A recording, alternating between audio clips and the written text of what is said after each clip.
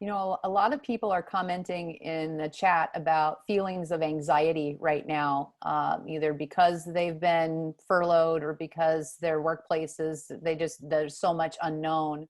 I'm wondering, well, I really, it's kind of a twofold. I'd love to see in the chat for people to talk through or share an example of how they see anxiety playing out in their workplaces right now, how people are behaving when they think they're seeing anxiety around them. And for all of our panelists to talk about what you're observing about anxiety and how it's affecting the way that work gets done. I can jump in with some of the research we've done. Yes. So over the last couple of months, we've done a number of studies and launching a couple even this week, asking people, about the feelings that they're having each day. And for sure, the number one emotion is anxiety. And what's interesting is that it's not stress, it's anxiety. Years ago, when we did research, people would say, I'm stressed. Now they're not using the word stress. They're saying just plain out anxious. And I think that's an important distinction, because the strategies, that we would use to support someone in alleviating some of the anxiety are probably different than the stress. Think about stress as having too many demands and not enough resources. I'm just stressed out, I got too much stuff, I'm overwhelmed. Whereas anxiety really is about this uncertainty, the unpredictability, around what's going to happen in the future. And so, for example, on this, I did a study with 1,100 principals of schools in New York City. Number one word was anxiety, and all the reasons were around, like, what is the new school going to look like in the fall? And like, nobody knows. I'm on the commission for New York City to think of through these things, which is an interesting project, but like, it's still unknown. So I can't tell you to just take a deep breath, right?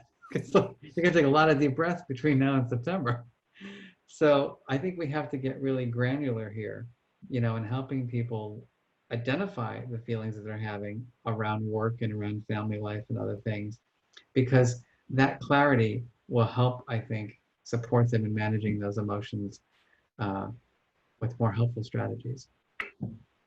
Mm-hmm. Well, I mean, there's so many, right? But I think one of the things that we knew that, obviously people were super anxious, and I think it's amplified by the fact that everybody has so many sources of information, and there's so many, I would argue, conflicting messages in terms of, is it safe now? Is it not safe now? We're hearing multiple channels of conflicting information, which I think just adds to that anxiety. And I think one of the things that we found was that in many ways, our teams, our employees are looking to us to almost kind of help distill that and give them guidance in terms of what's going to happen. Not that we're going to be translate all the, political and economic messages, but I think it's important for them to know what we stand for. And from the very beginning, we were very, very focused on making sure that everybody in the organization knew that it was all about the employees, safety and health first, and that every decision that we made would be anchored in that. And I think the level of trust that is needed and the level of trust that we have worked on, even increasing, has everything we do and say has been anchored in exactly that. So I think it's just, again, I go back to just the communication, making sure that there's transparency, that you don't try to BS. Like, listen, we may not have the answers to everything, but we are going to be incredibly transparent to you, what we are thinking, what we're doing, what we are expecting, what we know, what we don't know. And it really is, acting like a healthy family more than anything else. These are the things that we expect from each other. And I think having a kind of a shared purpose really kind of helps, address that anxiety and reduce the anxiety.